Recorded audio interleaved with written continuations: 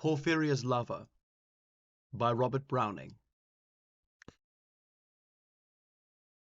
The rain set in early tonight. The sullen wind was soon awake. It tore the elm tops down for spite, and did its worst to vex the lake. I listened with heart fit to break, when glided in Porphyria. Straight she shut the cold out and the storm, and kneeled and made the cheerless grate blaze up and the cottage warm. Which done, she rose, and from her form withdrew the dripping cloak and shawl, and laid her soiled gloves by, untied her hat, and let her damp hair fall. And, last, she sat down by my side, and called me. When no voice replied, she put her hand about her waist, and made her smooth white shoulder bare, and all her yellow hair displaced, and, stooping, made my cheek lie there, and spread o'er all her yellow hair, murmuring how she loved me, she too weak for all her heart's endeavor to set its struggling passion free from pride, and vainer ties dissever, and give herself to me forever. But passion sometimes would prevail, nor could tonight's gay feast restrain a sudden thought of one so pale, for love of her, and all in vain. So she was come through wind and rain. Be sure I looked up at her eyes, happy and proud. At last I knew Porphyria worshipped me. Surprise made my heart swell, and still it grew while I debated what to do. That moment she was mine, fair, perfectly pure and good. I found a thing to do, and all her hair in one long yellow string I wound 3 times round her little throat, and strangled her. She felt no pain. I am quite sure she felt no pain. As a shut bud that holds a bee, I warily oped her eyes again, laughed the blue eyes without a stain, and I untightened next the tress about her neck. Her cheek once more blushed bright beneath my burning kiss. I propped her head up as before, only this time my shoulder bore her head, which droops upon it still. The smiling, rosy little head, so glad it has its utmost will, that all it scorned at once is fled, and I, its love, am gained instead.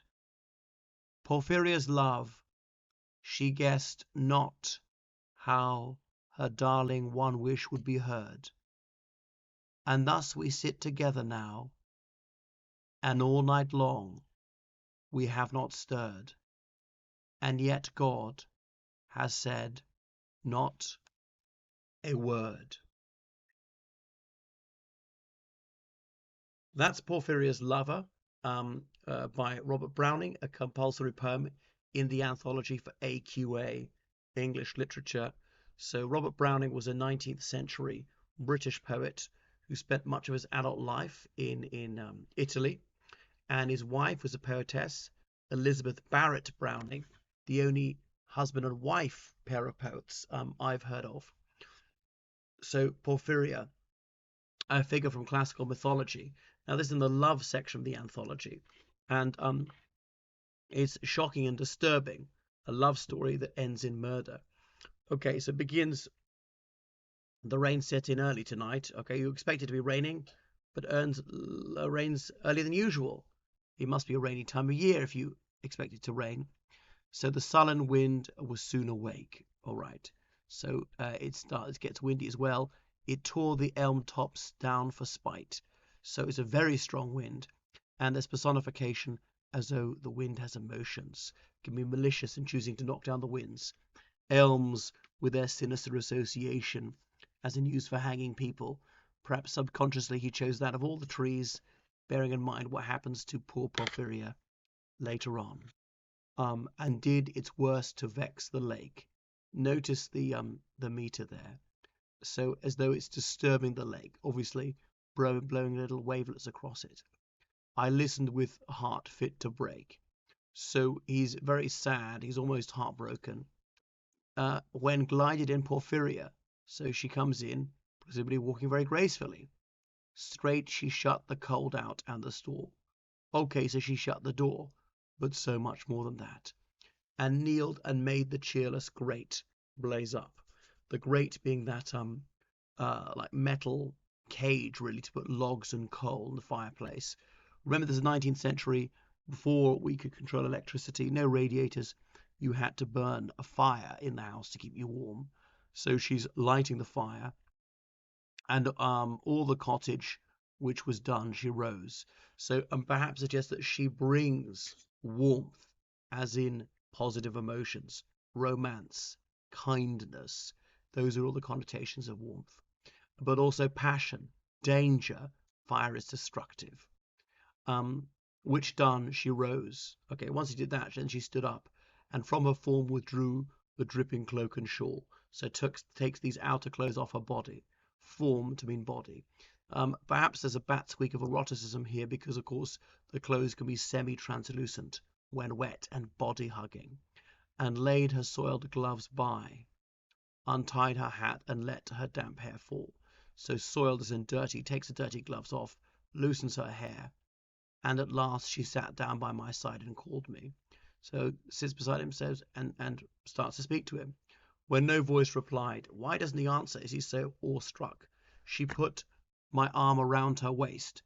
Well, that's a very forward, even lascivious gesture, and made her smooth white shoulder bare, so showing her bare flesh. Now, by 19th century standards, that was very daring.